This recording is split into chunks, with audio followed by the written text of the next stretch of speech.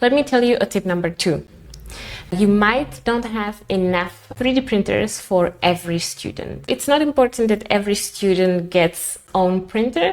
What is important is that the student gets the experience of the 3D printing. What you can do when you are teaching the class and when you are during the research phase is to divide the students into groups, and every single group gets to explore and research on one of the specific property. So there can be a group that is exploring the width of the filaments, the infills. There can be a group that is focusing on the speed or the travel speed, and you can assign all the printers for each of the groups, and every single member inside of the group can focus on one piece of the research. So inside of the group of the infills, one can choose maybe 2 infills or 1 infill and print out the specific infill. Make sure that the students understand that they are creating one big class swatchbook and potentially one big school swatchbook. And this swatchbook can be used for anyone. So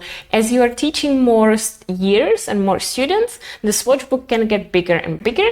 And then at the end, if you decide to give them the opportunity, which is also a very good thing to do, to create their own fashion project, then they can have a look through the swatchbook and see more tests than the tests that already have been done and compare them. So make sure that the students understand that they also have one swatch for their small book, but also one swatch to give to the school or class swatch book. As I said, it's really important to make sure that the students are writing down the information that they have explored. And there are 2 ways how to approach it. One of them is to give them small notebooks and write it by hand, or if you can find a way how to store it digitally. So making a picture of the sample and then writing it down in the digital form.